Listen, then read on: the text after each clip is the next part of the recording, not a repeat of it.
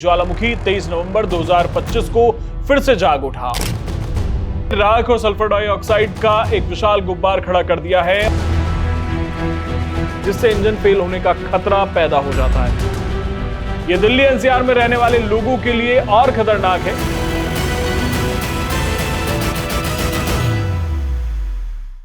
बारह 12,000 साल बाद अफ्रीका का ज्वालामुखी फटा और इसकी राख 4,000 किलोमीटर का सफर तय करके भारत तक पहुंच चुकी है। 15 किलोमीटर ऊंचा राख का गुब्बार अब आपके शहर के ऊपर मंडरा रहा है।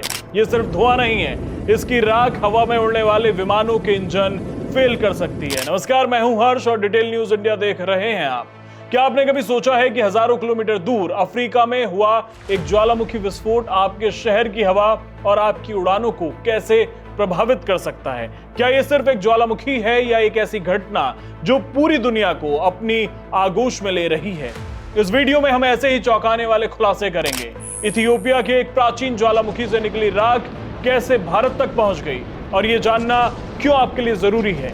पूर्वी अफ्रीका में एक देश है इथियोपिया। यहां अफार क्षेत्र में हाइली गुबी नाम का एक ज्वालामुखी 23 नवंबर 2025 को फिर से जाग उठा। और फिर से जाग उठा इसलिए कह रहा हूं क्योंकि यह ज्वालामुखी करीब 10 से 12,000 साल बाद फटा है। सोचिए, इतने लंबे समय बाद पृथ्वी के गर्भ से निकली ऊर्जा कितनी प्रचंड होगी। इस विस्फोट ने राख और सल्फर डाइऑक्साइड का एक विशाल गुब्बार खड़ा कर दिया है और जिसकी ऊंचाई लगभग 14 से 15 किलोमीटर बताई जा रही है। और 14 से 15 किलोमीटर की ऊंचाई जो बताई जा रही है, ये वहां तक की ऊंचाई है जहां पर जेट विमान उड़ान भरते हैं। लेकिन सवाल यह है कि इथियोपिया में फटा ज्वालामुखी भारत को कैसे प्रभावित कर रहा है। दरअसल ये राख का गुब्बार तेज हवाओं के साथ 4,000 किलोमीटर का सफर तय करके लाल सागर, यमन और ओमान को पार करते हुए अब हमारे देश के उत्तर पश्चिमी और उत्तरी हिस्सों में पहुंच चुका है। गुजरात, राजस्थान, दिल्ली एनसीआर, हरियाणा और पंजाब ये वो क्षेत्र हैं जहां इस राख का प्रभाव देखा जा रहा है और इसका सबसे बड़ा और सीधा असर पड़ा है हवाई यात्राओं पर। दरअसल ज्वालामुखी की राख में कांच और सिलिका के बारीक कण होते हैं। जब विमान के गर्म इंजन इन कणों को खींचते हैं तो ये पिघलकर जम जाते हैं, जिससे इंजन फेल होने का खतरा पैदा हो जाता है। इसी खतरे के चलते मिडिल ईस्ट और यूरोप जाने वाली कई अंतरराष्ट्रीय उड़ानें या तो रद्द कर दी गई हैं या उनके रूट बदल दिए गए हैं।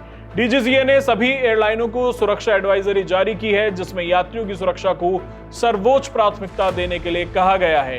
यह दिल्ली एनसीआर में रहने वाले लोगों के लिए और खतरनाक है। राख में सल्फर डाइऑक्साइड और बारीक कण होते हैं जो पहले से खराब हवा को और बिगाड़ सकते हैं। हालांकि मौसम विशेषज्ञों का कहना है कि ज्यादातर राख अभी भी काफी ऊंचाई पर है, इसलिए जमीन पर सीधा और बड़ा असर कम होगा, लेकिन निगरानी जारी है। हो सकता है कि आपको आज या कल आसमान थोड़ा धुंधला दिखाई दे। ये इसी राख के गुब्बार के कारण हो सकता है। आप समझ सकते हैं कि कैसे एक प्राकृतिक घटना हजारों किलोमीटर दूर भी हम पर असर डाल सकती है। वीडियो पसंद आया हो तो शेयर कीजिए। धन्यवाद।